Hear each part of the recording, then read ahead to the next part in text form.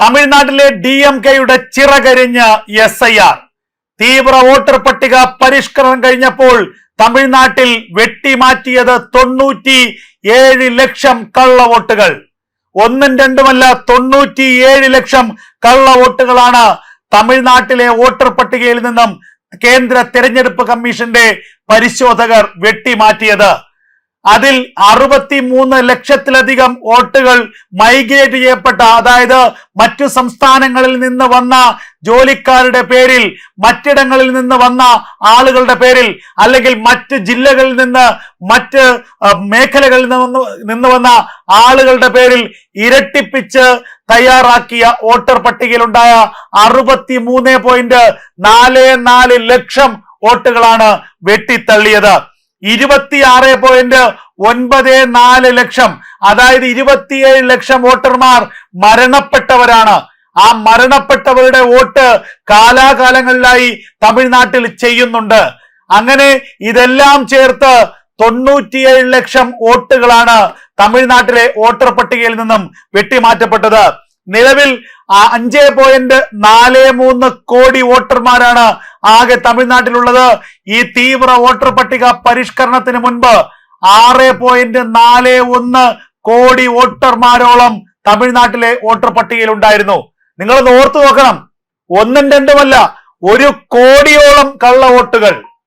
ഒരു സംസ്ഥാനത്തിന്റെ തെരഞ്ഞെടുപ്പ് ചിത്രമാകെ മാറ്റിമറിക്കാൻ ഇതിന്റെ പകുതി വോട്ട് പോലും വേണ്ടല്ലോ.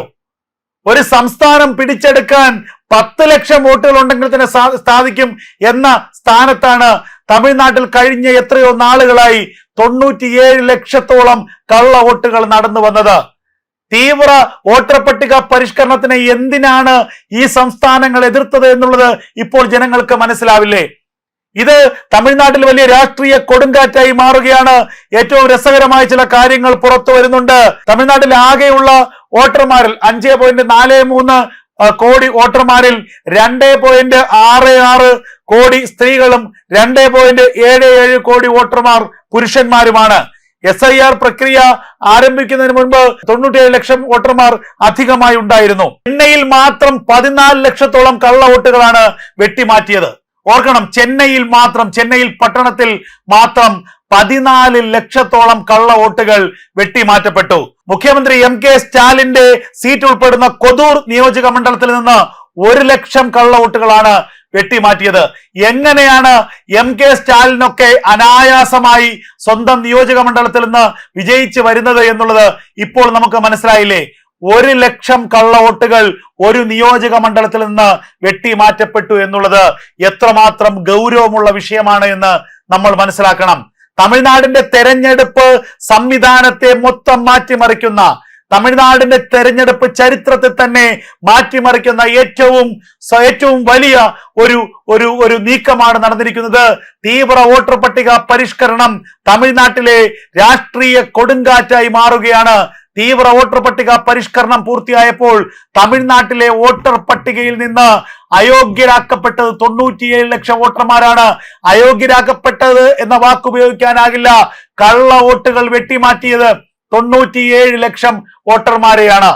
എന്താണ് ഇതെന്ന് നമ്മൾ ഓർക്കണം. ജനാധിപത്യ സംവിധാനത്തെ എങ്ങനെയാണ് ഇവർ കാലങ്ങളായി അട്ടിമറിച്ചത് എന്നുള്ളത് നമ്മൾ മനസ്സിലാക്കണം. നമുക്കറിയാം, ബീഹാറിൽ 50 ലക്ഷം കള്ളവോട്ടുകൾ ഉണ്ടായിരുന്നു.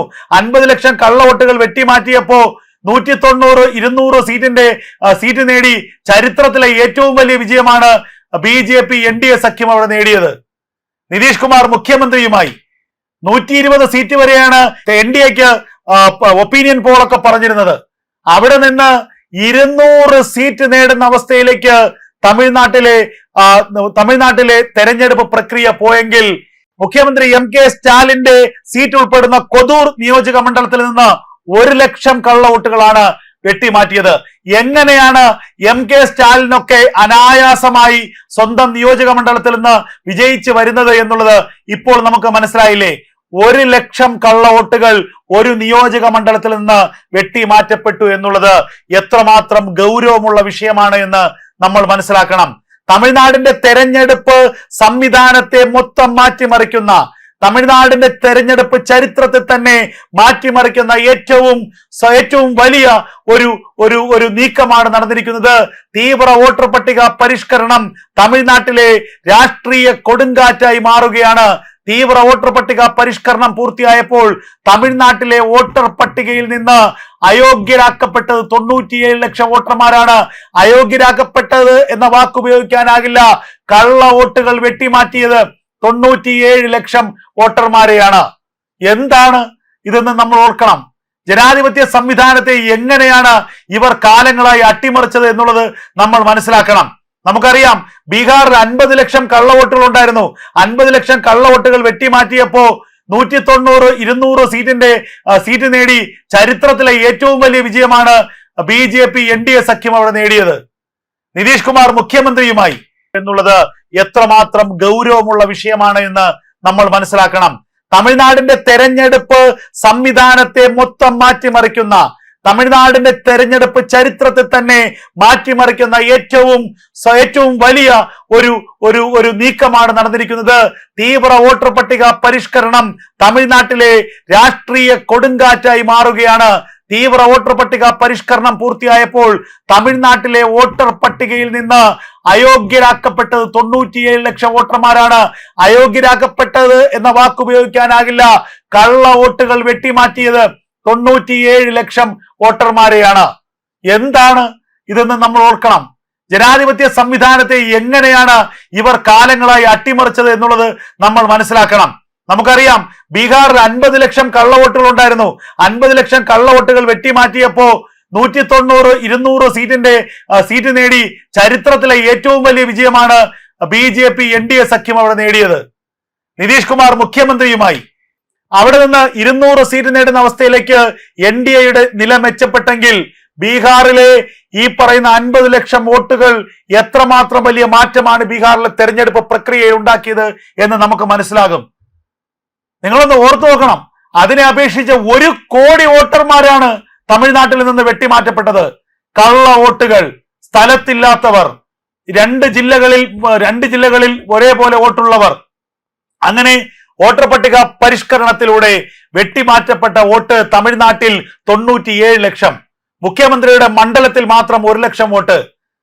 മരിച്ചവർ 27 ലക്ഷം. ഇരട്ടിപ്പ് വോട്ട് 64 ലക്ഷം.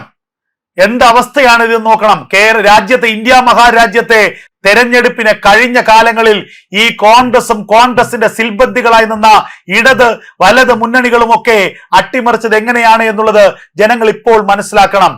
രാജ്യത്തെ ജനാധിപത്യ സംവിധാനത്തെ അട്ടിമറിച്ചത് എങ്ങനെയാണെന്ന് നിങ്ങൾ ഓർത്തു നോക്കണം. തമിഴ്നാട്ടിൽ 97 ലക്ഷം കള്ളവോട്ടുകൾ.